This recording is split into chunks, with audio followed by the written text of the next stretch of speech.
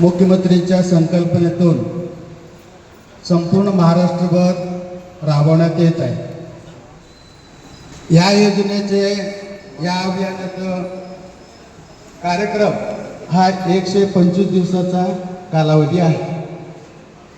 शासनाचा आणि मुख्यमंत्री मान्यवरांचा एक दूरदृष्टी, केवळ आपण गावामध्ये राहतो, केवळ आपण गावामध्ये जगतो, काम करतो, शेतीवाडी करतो, ह्याच्यातून माझा गाव, मी ज्या गावामध्ये राहतो, मी ज्या शाळेमध्ये राहतो, मी ज्या ग्रामपंचायतीमध्ये काम करतो, मी ज्या परिसरामध्ये काम राहतो, तो परिसर स्वच्छ, सुंदर, नीटनेटकेपण असला तर गाव स्वच्छ राहू शकतं। गावातल्या सर्व पालकांचं, लहान मुलांचं आरोग्य चांगलं राहू शकतं।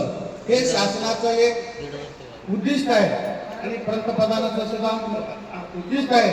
तर या अभियानापर्यंत आपण 125 दिवसामध्ये केवळ ग्रामसेवक, केवळ सरपंच साहेब किंवा ग्रामपंचायत, सर्व त्यांचं बॉडी, अंगणवाडी, शिक्षक, एवढे आम्ही शासनाचे कार्यकर्ते आहोत, शासनाचे कर्मचारी आहोत। आम्ही तर 99% करतो, पण 1% या अभियानामध्ये गावातील सर्व नागरिकांचा सहभाग पाहिजे।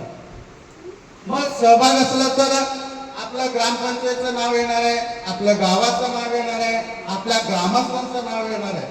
तर ही योजना, या योजनेशी मला वाटतं या गुणांकन मूल्यांकन केल्यावर जवळजवळ आपण 60 गुण तरी आपल्याला तयार आहेत। फक्त आपल्याला 40 गुणापर्यंत आपल्याला जायचं आहे। 100 गुण जर आपल्याला मिळाले, आपलं गाव आदर्श होऊ शकतो।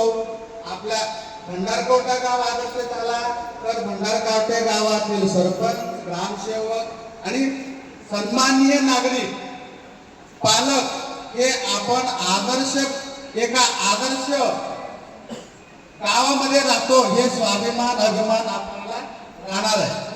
तर विद्युत महामंडळ कर्मचाऱ्यांनी त्यांचं कामकाज त्यांचं आहे, जवळजवळ त्यांना ते गुण मिळाल्यासारखे आहे। आमचे अंगणवाडी सेविका, आरोग्य सेविका, त्यांचं सुद्धा आमच्या सगळ्याच्या गावातल्या पेक्षा त्यांना काम भरपूर आहे आणि त्यांचं काम सुद्धा काटेकोर पण आहे आणि अंमलबजावणी आहे। त्यांचा जो उपक्रम आहे त्या उपक्रमाचा त्यांचा गुण सुद्धा मिळाल्यासारखाच आहे असं मला वाटतं। पण आमची शाळा ग्रामपंचायतनी सगळ्या सुविधा पण आहेत, एखादा अजून दोन सुविधा राहतील, ते